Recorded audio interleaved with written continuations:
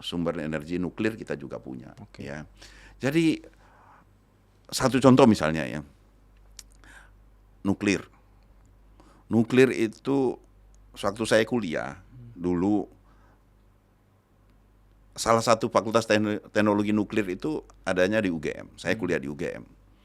Dulu itu saya ingat ya, teman-teman saya yang memilih fakultas nuklir, teknik nuklir. Dulu yang terbayangkan adalah teknik nuklir itu adalah masa depan. Tapi kita kelamaan ribut soal pro cons teknik nuklir. Ya. Akhirnya karena kita kebanyakan ribut, banyakan ngomong doang, akhirnya apa yang terjadi? Mereka yang lulus pada periode-periode itu sampai sekarang, energy mix itu bukan berarti kita menghilangkan satu, Oke. tapi melengkapi komposisinya, ya. Sehingga nggak perlu ada kekhawatiran bahwasanya ada satu industri energi ya kita yang kemudian ditinggalkan, memunculkan pengangguran di sana, yang nggak sama sekali.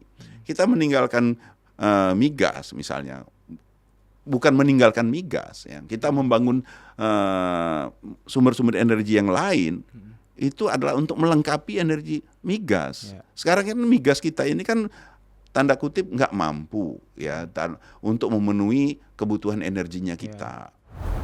Pakai doktrinnya geopolitik geostrategi, Indonesia itu runutannya energi resilience dulu, baru sovereign gitu. Jadi sovereign itu adalah result gitu. Nah, kenapa kita milih yang resilience atau lebih bertahan? Karena tadi ada keterbatasan modal dan teknologi. Jadi endingnya adalah sovereign, tapi yang diutamakan resilience. Nah, sekarang ini Pak, gara-gara krisis energi kan resiliensi yang lagi jadi prioritas nih Pak. Karena untuk mengejar sovereign tadi ada tantangan teknologi dan modal. Gimana sih Pak seharusnya pemerintah itu menyeimbangkan kedua hal ini? Harusnya seimbang Pak ya, sovereign dan resilient.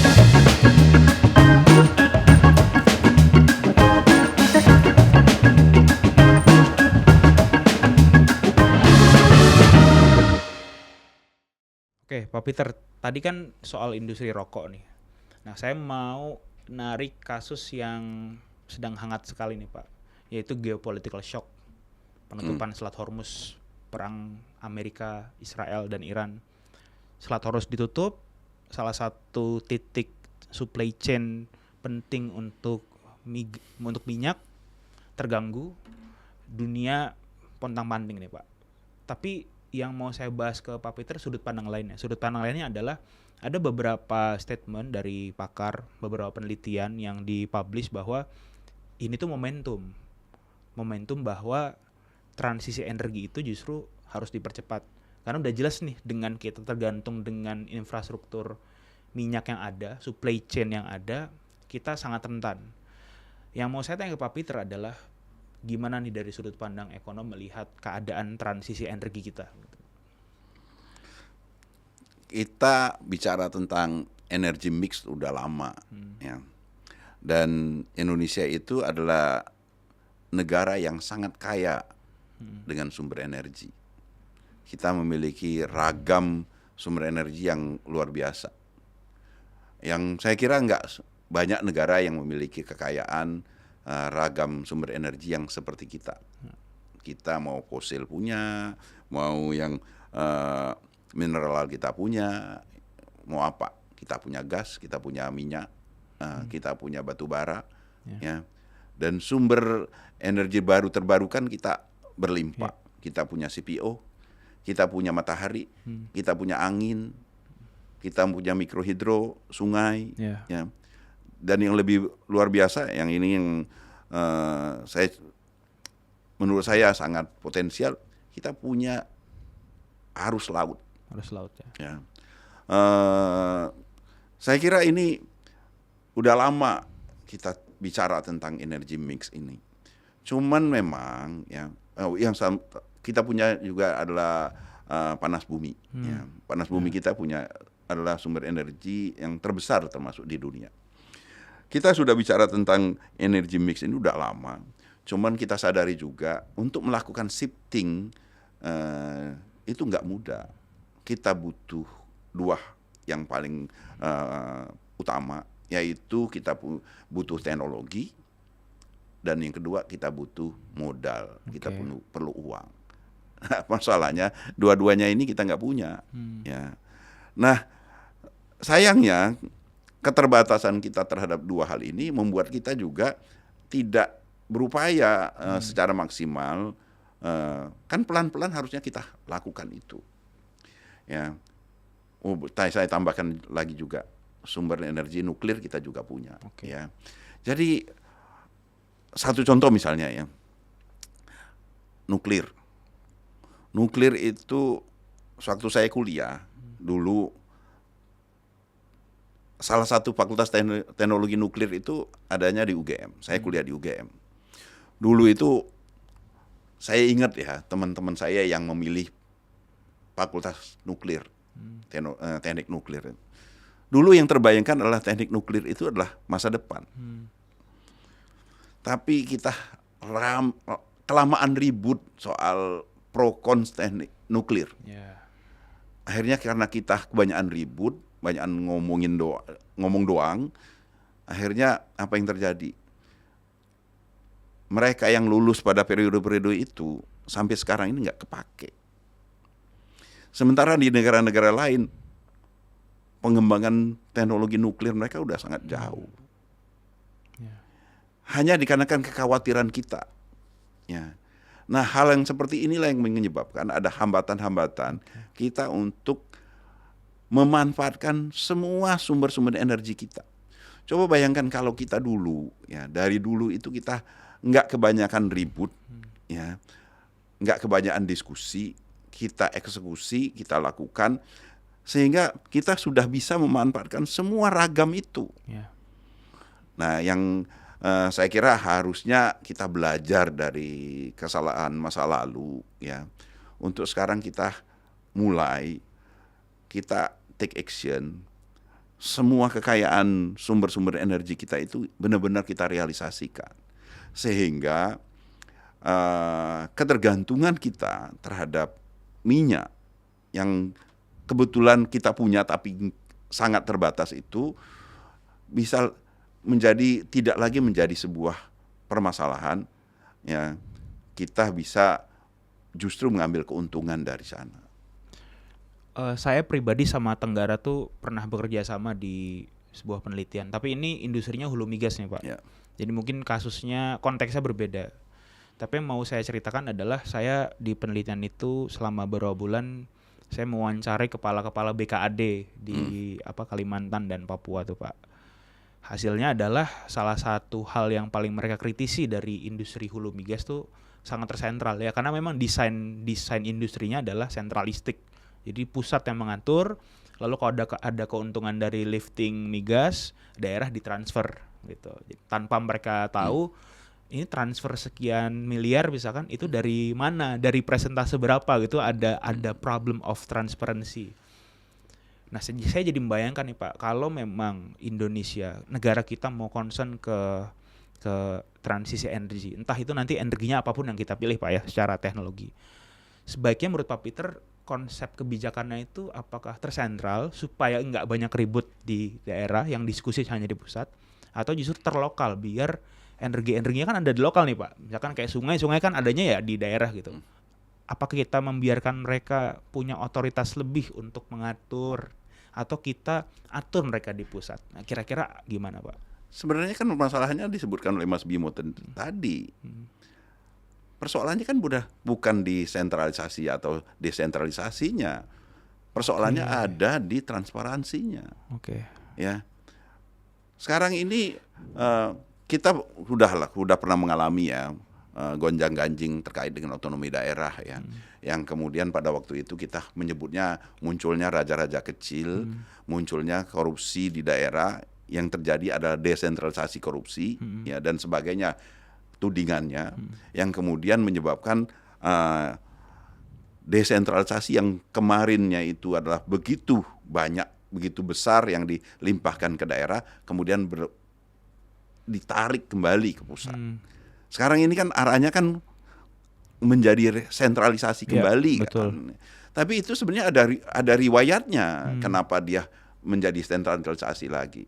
Pada waktu otonomi daerah diperkenalkan di tahun 99, ya, ini kan nggak banyak yang paham tentang sejarahnya, ya, perkembangannya. Yang muncul kan adalah tudingan-tudingan itu, ya, karena kemudian begitu banyaknya konsesi-konsesi yang ada di daerah yang diberikan secara dengan menggunakan konsep desentralisasi yang berujung kepada banyak hal mudaratnya, gitu loh, termasuk korupsinya. Itu yang menjadi latar belakang kenapa ditarik kembali kepada sentralisasi. Tapi artinya juga ya, sentralisasi dengan desentralisasi itu sebenarnya bukan masalah utamanya. Oke. Masalah utamanya adalah good governance. Kalau kita ngomongin good governance, diantaranya adalah transparansi. Jadi kalau kita balik ke topik kita terkait dengan transformasi, ya, atau shifting sumber-sumber energi kita, menurut saya tidak mempermasalahkan itu sentralisasi atau desentralisasi, tapi saya lebih mempermasalahkan terkait dengan good governance-nya. Mau mana yang kita pilih? Sentralisasi, desentralisasi, sepanjang itu kita lakukan dengan good governance, ya, tata kelola yang baik, menurut saya doesn't matters. Dan utamanya lagi adalah bagaimana kita memunculkan, ya, atau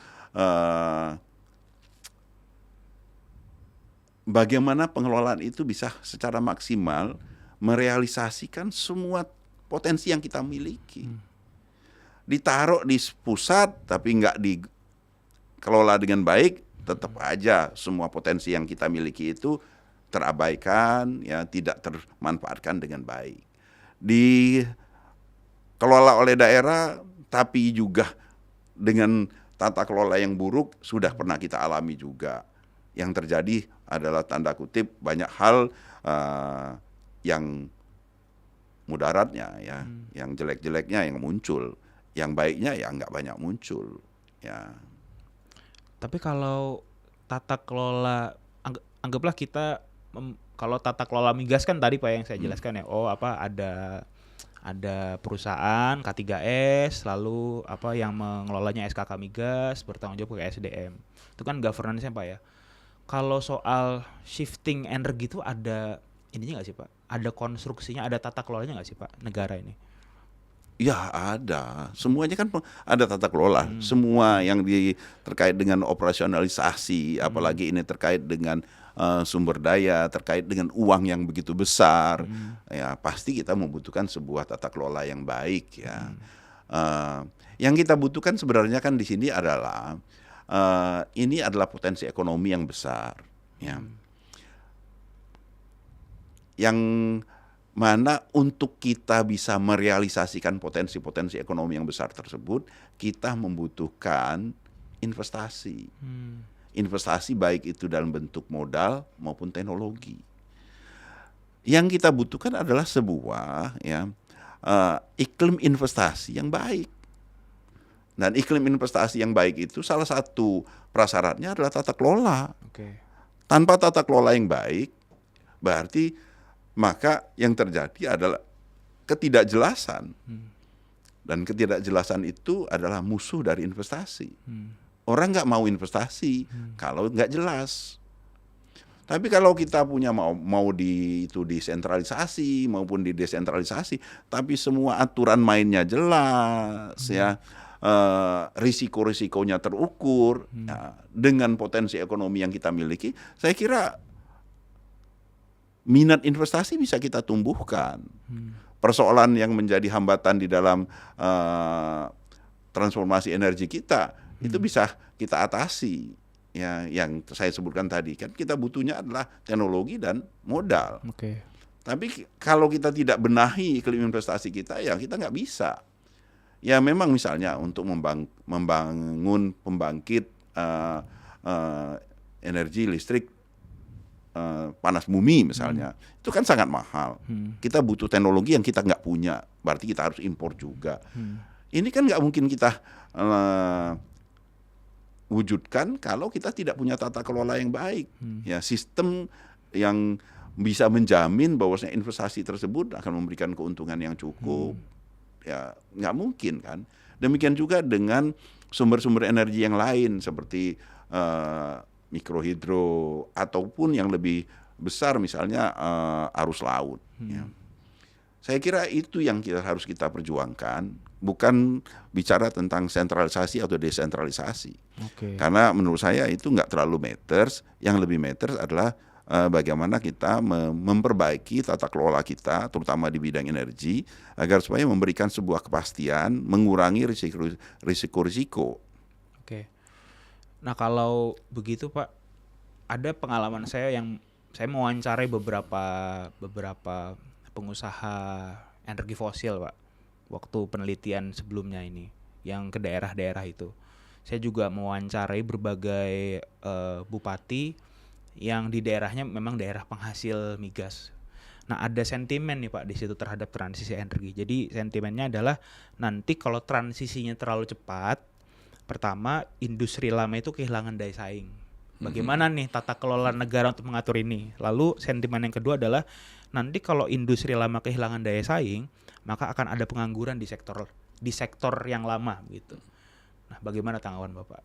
Ya kita itu sebenarnya energy mix itu bukan berarti kita menghilangkan satu, tapi melengkapi komposisinya, ya. Sehingga nggak perlu ada kekhawatiran bahwasanya ada satu industri energi ya kita yang kemudian ditinggalkan, memunculkan pengangguran di sana, yang nggak sama sekali. Kita meninggalkan migas misalnya, bukan meninggalkan migas, ya. Kita membangun sumber-sumber energi yang lain, itu adalah untuk melengkapi energi migas. Sekarang kan migas kita ini kan tanda kutip nggak mampu ya untuk memenuhi kebutuhan energinya kita. Jadi kalau kemudian kita membangun sumber-sumber energi lain, transisi energi yang ke sumber-sumber energi lain, bukan berarti kemudian kita menghilangkan peran dari migas. Migas yang sudah memiliki sejarah yang panjang, saya kira nggak mungkin kita hilangkan. Nggak mungkin juga kita gantikan secepat itu, ya. Tapi yang kita butuhkan ini adalah kita membangun ya industri sumber-sumber energi yang lain untuk melengkapi migas kita, sehingga secara keseluruhan semuanya itu sesuai dengan pasal 33 memberikan kesejahteraan yang sebesar-besarnya bagi masyarakat kita.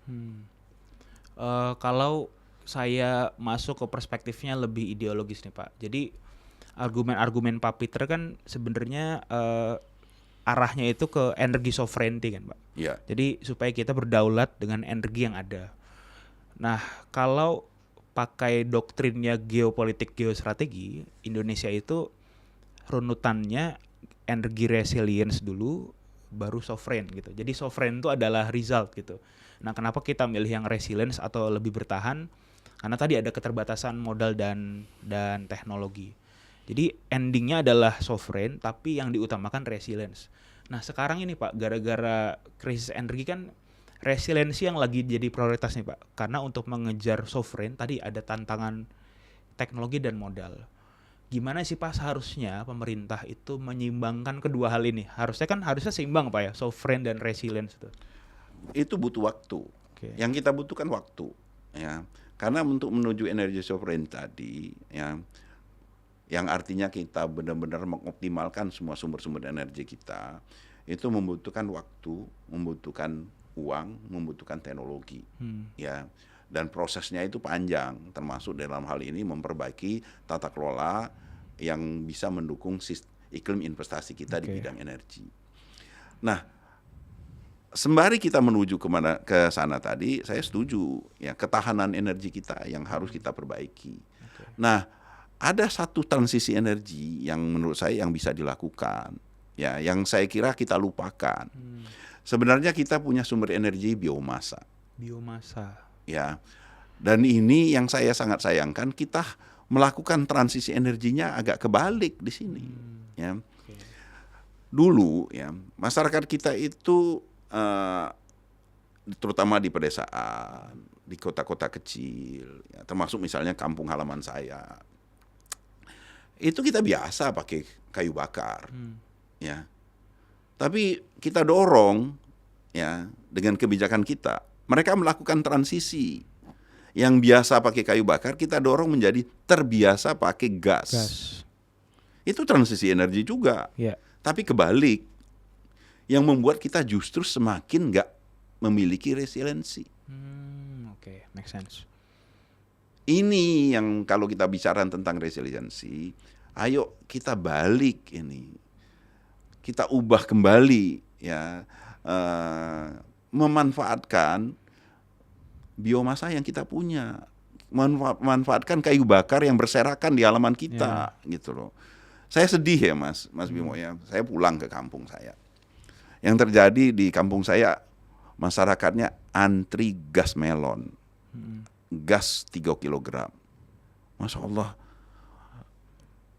Ini masyarakat di kampung saya yang di halamannya berserakan kayu bakar. Di bawah rumah saya itu numpuk kayu bakar yang gak kepake.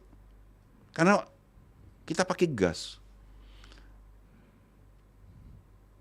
Program yang sangat urgent untuk dilakukan sekarang ini mengembalikan ini dalam upaya kita untuk ke energi resiliensi tadi, meningkatkan ketahanan kita dengan mengurangi demand kita terhadap gas. Karena gas yang kita pakai itu gas impor. Kita itu nggak punya LPG, kita itu punyanya LNG.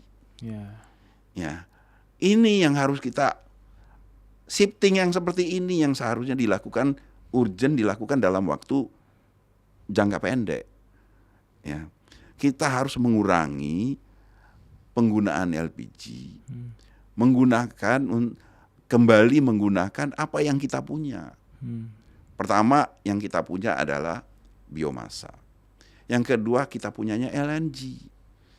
Ya, untuk daerah-daerah yang memungkinkan untuk dilakukan pipanisasi, seharusnya itu yang menjadi prioritas. Kita bangun pipa-pipa LNG kita untuk menjadikan sumber energi kita. Dan itu sebagian udah.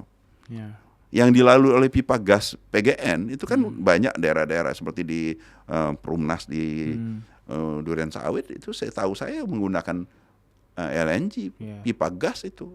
Beberapa daerah udah, terutama setahu saya yang di PP ya, perumahan. Saya kira itu untuk kita memperkuat ketahanan kita apalagi di tengah sekarang ini harga LPG yang pasti akan melonjak tinggi. Ya kalau gas melon nggak naik ya karena disubsidi kan. Jadi saya setuju dengan Mas Bimo tadi, upaya untuk meningkatkan ketahanan pasti harus kita upayakan dalam jangka pendek ini, dan beberapa hal yang bisa kita lakukan di situ. Berarti kan mau itu pakai mazhab sovereignty atau resilience tetap ada transisi ya Pak ya. Oh, iya. Waktu itu kenapa sih Pak digalakan penggantian kayu bakar ke gas itu? Karena pada waktu itu upaya kita tuh sebenarnya bukan mengalihkan yang dari kayu bakar ke LPG, bukan. Dulu itu adalah menggantikan minyak tanah. Ya, tapi kebablasan ini, kemudahan yang diberikan oleh gas melon itu justru ikut menggantikan yang pakai kayu bakar. Karena kayu bakarnya, gasnya murah, terlalu murah jadinya, memudahkan masyarakat kita sehingga meninggalkan yang seharusnya mereka lebih murah lagi sebenarnya. Dan sekarang ini sebenarnya dengan teknologi menggunakan kayu bakar itu tidak harus membuat dapur kita kotor dan kusam. Sekarang ini sudah ada ya model-model tungku yang eh, teknologi sederhana yang menyebabkan dapur kita itu tetap cantik Ya. walaupun tanpa gas. Pakai kayu bakar tapi tetap cantik. Ya. Itu bisa. Nah, mungkin upaya memasyarakatkan itu saya kira yang perlu ya, sehingga masyarakat kita terbiasa untuk membangun rumahnya terutama di desa yang memiliki sumber-sumber ketersediaan kayu bakar yang cukup ya. Kalau membangun rumah bangunlah. Atau industrinya bangunlah. Industri termasuk juga misalnya restoran, pakai kayu bakar aja. Oke. Kalau kita pakai frameworknya Pak Peter tadi kan dua faktor Pak ya untuk dua faktor kunci untuk transisi energi yaitu teknologi dan modal. Nah, kalau saya mau nyebutin beberapa sumber energi nih Pak. Nah, menurut Pak Peter sumber-sumber energi ini lemahnya di mana? Apakah di teknologi atau modal atau justru keduanya? Panas bumi gimana Pak? Ini saya bukan ahli, saya bukan insinyur ya. Ya. Menurut saya yang saya baca ya dua-duanya. Oke. Teknologinya susah ya karena itu kan harus mengangkat gas yang terperangkap di dalam bumi ya. Tapi saya nggak tahu ya sekarang ini sebenarnya kita udah mulai banyak ya membangun panas bumi. Dua-duanya teknologi dan ininya memang agak berat untuk kita mengembangkan panas bumi. Oke. Yang lagi rame juga PLTSA Pak, sampah. Nah, gimana tuh Pak? PLTSA ini sebenarnya menurut saya ya kelebihan dari PLTSA itu adalah ini dalam pemahaman saya ya mungkin saya salah ya. Adalah satu itu adalah sebuah kondisi yang tidak terelakkan. Keniscayaan. Sampah itu adalah sesuatu yang nggak bisa kita elakkan. Pasti ada. Sehingga sampah itu harus dikelola. Oke. Nah, cara mengelola sampah yang terbaik adalah memanfaatkan sampah tersebut untuk berbagai hal, termasuk untuk energi. Oke. Jadi oleh karena itu, berbeda dengan sumber energi lain, menurut saya waste to energy ini adalah sebuah keharusan. Urgensinya lebih tinggi berarti Pak? Urgensinya lebih tinggi. Kenapa? Karena dia tadi sampah itu harus dikelola. Kalau dia tidak dikelola, dia menjadi masalah. Jadi mengelola, menghilangkan masalah sampah, menjadikan dia sebuah advantage, sebuah kelebihan, sebuah peluang dari ekonomi gitu loh. Jadi menurut saya ini whatever the cost, ini harus kita lakukan. Dan teknologinya setahu saya tidak sesusah kalau kita bicara tentang sumber energi lain. Oke. Tapi kalau setahu saya Pak ya, PLTSA ini kan dari beberapa proyek yang benar-benar sudah berjalan kan baru 2 Pak ya, di Surabaya dan di Solo. Banyak pemberitaan ini permasalahannya soal profitability-nya. Karena ya kan PLTSA harus jual listriknya ke PLN tuh Pak gitu. Walaupun pemerintah sudah memberikan beberapa paket kebijakan gitu. Berarti kan kalau saya masuk ke framework Pak Peter nih, teknologi dan modal, teknologinya sudah diinvest gitu. Tapi ternyata modalnya itu modal diputar tapi tidak pengembaliannya tidak oke gitu. Nah, kalau menurut saya ya, kalau dia mengatakan profitability-nya rendah, itu berarti dia salah hitung kalau menurut saya. Kenapa? Karena dia tidak menghitung gap antara dari masalah menjadi profit. Oke. Jadi kalau dia ini perspektifnya perspektif makro ya, bukan perspektif dari pengusahanya. Ya. Dari makronya dulu, dari pemerintah misalnya. Pada saat dia masalah, itu dia kalau kita lihat dari tanda kutip sebagai profit and loss, itu loss loh. Kerugian besar kita ketika dia tidak dikelola. Ketika dia dikelola, dia memunculkan profit yang mungkin profitnya nggak gede.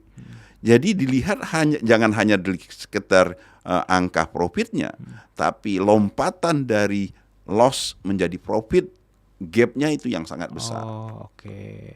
Sehingga ngitungnya nggak hanya sekedar, oh ini profitnya hanya segitu. Tapi harus dilihat dari lompatan dari loss berapa menjadi profit berapa. Oke. Kita lihatnya progresinya, berarti Iya, dari loss incrementalnya. ya. Ya, itu yang harusnya dilihat. Oke, menarik Pak. Oke Pak, kalau surya gimana Pak? Energi surya.